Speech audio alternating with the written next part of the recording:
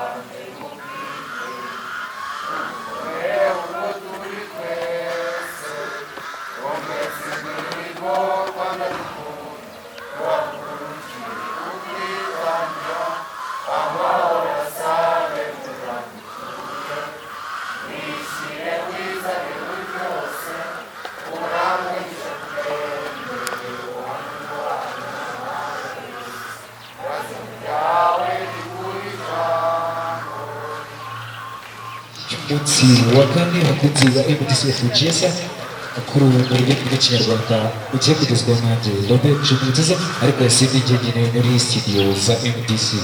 ariko nanjye ndezahinduka. Yes, amakuru yacu reka tugende tukagira ingingo z'ingenzi agiye kwibandaho. Si muri iyi kenda aho hanze y'u Rwanda rero bitaje kuba byorohera ingabo za Ukraine zaje kuba ziva muri Kiev zihunga imitutu y'imbuga z'Uburusiya. Yes, kandi turagarukira i Musanze tukubwire yuko umwarimu w'umugabo w'imyaka 27 yaje kuba yiyahura kubera kwangwa n'umukobwa uturuka i Rubavu. Yes, amakuru yacu ku buryo burambuye ni mu kanya. Inkuru yacu reka tuyitangire hano mu Rwanda. Urwego rw'igihugu rushinzwe ubumenyingiro n'ikoranabuhanga RTP rwasinye amasezerano n'amashuri n'amwe mu mashuri yo mu Bushinwa ko bigiye kuzana ibikoresho by'ikoranabuhanga hano mu Rwanda muri bimwe mu bigo by'amashuri bizaba bifite iryo koranabuhanga. Abanyeshuri bazaba biga muri ayo mashuri bakazaba bakoresha iryo koranabuhanga nka bari mu gihugu cy'Ubushinwa.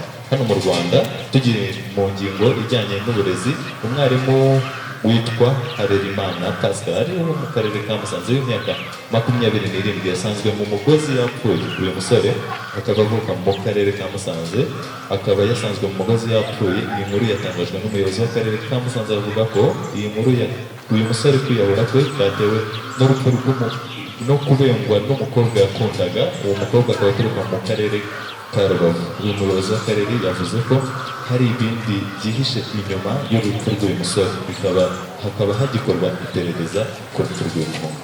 Waramutse neza. aramutse neza. Yes rero ngoga urabona ahangaha ni ibintu bisa nkaho biri cyane kubona abantu bangana gutya biteze kumva Serenity TV show iki, ese ngoga ni muntu ki kuri iyo channel, wagenda utubwira byinshi by'iyo channel twumva aha mu ndangaburezi, ese ni channel imeze iteye ite, dusobanurire byinshi kuri Serenity TV show. Urakoze Robert, amazina yanjye ni Ngoga Freddy, niga level 5 multimedia. Serenity TV show nababwira ko ni YouTube channel yaje guhindura ibintu byinshi hano mu ndangaburezi. Ntabwo ari ibintu twari dusanzwe tuzi hano mu ndangaburezi, ko ibikorwa byose biba hano mu ndangaburezi ushobora no kubisanga kuri internet igihe cyose waba warizanga. Wenda ushobora kuvanga ukamara imyaka 5 mu byo waba waragiye gukora byose, ariko ushobora kwibuka ibihe byawe wigeze kugira mu ndangaburezi. Aho wabisanga n'ahandi ni kuri Serenity TV show. Serenity TV show ni channel dushyiraho movie zitandukanye hano mu ndangaburezi, ibiganiro biba byabereye nk'ahangaha, dushyiraho ama lyrics n'ibindi bintu bitandukanye ku bantu batazi Stay ni jyewe n'ubundi. Yes urakoze cyane ngoga. None nk'abanyeshuri nkatwe iyo Serenity TV show ishobora kuba yafasha iki nk'abahanzi, abantu bafite impano zigiye zitandukanye ngoga?